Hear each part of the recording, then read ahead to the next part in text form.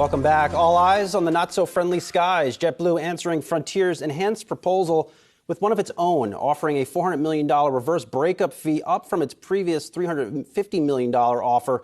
JetBlue's proposal also offers a $2.50 per share dividend, rising from its earlier offer of $1.50 a share. Now, Frontier CEO Barry Biffle told us that a tie-up with Spirit will be better for the consumer. Here's what he had to say. We're both low-cost carriers that provide real competition.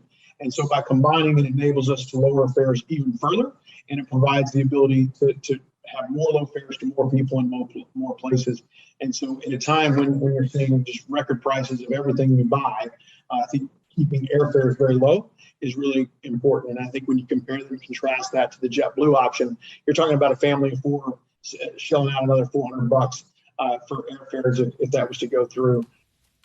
As we know, of course, this vote on this deal is supposed to happen later this week, June 30th to be exact. But you mentioned this a little bit yesterday with Barry. He wasn't necessarily wanted to get into the mudslinging, but I'm surprised by the rhetoric and the tone by JetBlue CEO Robin Hayes here. They put out a letter yesterday, extensive letter, and he's saying that their Spirit shareholders are essentially being misled by the folks at Frontier. Just rhetoric you don't normally hear in a public battle like this, but surprised me.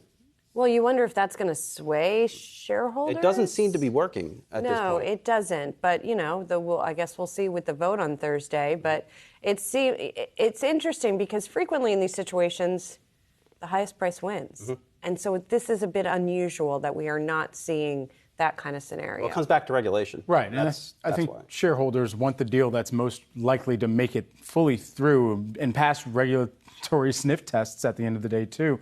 And the combinations from what we've heard from both JetBlue and what we heard directly from Frontier yesterday in our conversation with Barry Biffle, what this would do in terms of the routes and particularly on the side of this broader air carrier business that they will operate, which is on the low-cost, easy travel kind of option for consumers.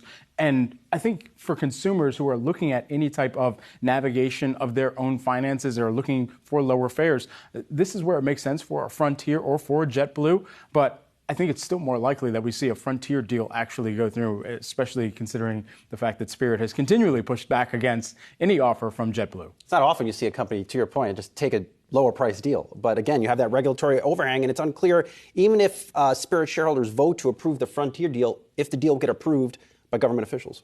Yes, I'll be happy when this is done. Can they just fix the seats on Spirit? Can they just fix the seats? No. It would require fixing that. Don't get me started on that, please. You need to fix the aircraft. I want to get you started. No. That would require paying money. Paying money. Them paying money. No. I mean, it's a low-cost airline. They're not going to invest in the seats. It's an aircraft problem itself, too. Mm-hmm. The seats are terrible. They are bidding on Spirit. Wow, I got both of you going. This is great. That has I'm just saying, and I don't need to go down the Net Promoter Score tirade anymore, but it is an experience that I think passengers have spoken for themselves and continuously said, I don't really love the experience, but if it's going to get me from point A to point B, and I only have to pay at a lower cost, and I only have to pay 3 times when I'm taking off, landing, and somewhere when you hit turbulence, then I guess I can pay that fare. I mean, there's obviously lots of examples of you get what you pay for across the consumer landscape. I think with low-cost flying, it is almost more true than anywhere. Shout out Delta and CEO Ed Bastian there. I mean, their seats are great. They have little pods. And they do, awesome. yeah. They're awesome. Again, you get what you pay for. You're going to pay a premium when you're flying. I deserve first class. Sure you do. We all deserve. We all deserve first class.